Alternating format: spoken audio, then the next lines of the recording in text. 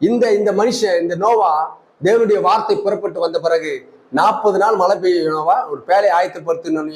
இவர் வேற எதுவுமே பார்க்கல. தேவனுடைய வார்த்தை அப்படியாக ஏற்றுக்கொண்டு, அந்த தேவனுடைய வார்த்தை என்ன சொன்னது, 40 நாள் ஜலப்பிரளயம் வந்தா எப்படி இருக்கும் இந்த இடம், அது எல்லாவற்றையும் பார்க்கிறாரு. எப்படி பார்க்கிறாரு?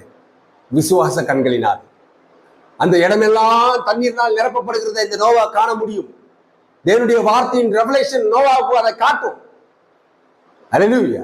அவருடைய தழும்புகளால் நீங்கள் சுகமானீர்கள் என்றால், எப்பேற்பட்ட வியாதியா இருந்தாலும் அந்த சுகமா இருக்கிறது தேவனுடைய விசுவாச கண்களினால் நம்ம காண முடியும். அல்லேலூயா. தேவனுடைய வார்த்தை ஒன்று புறப்பட்டு வந்துட்டா அதனுடைய வெளிப்பாடு தேவனே கொடுக்கிறாரு, அந்த விசுவாசத்தை தேவனே கொடுக்கிறாரு. இதன் மூலமாக அந்த சுகத்தை நம்ம காண முடியும். அல்லேலூயா. அதை நம்ம பார்க்க முடியும். எப்படி நோவா பார்த்தார், அந்த தண்ணியில எல்லா ஜனங்களும் அழிந்து போகிறார்கள்.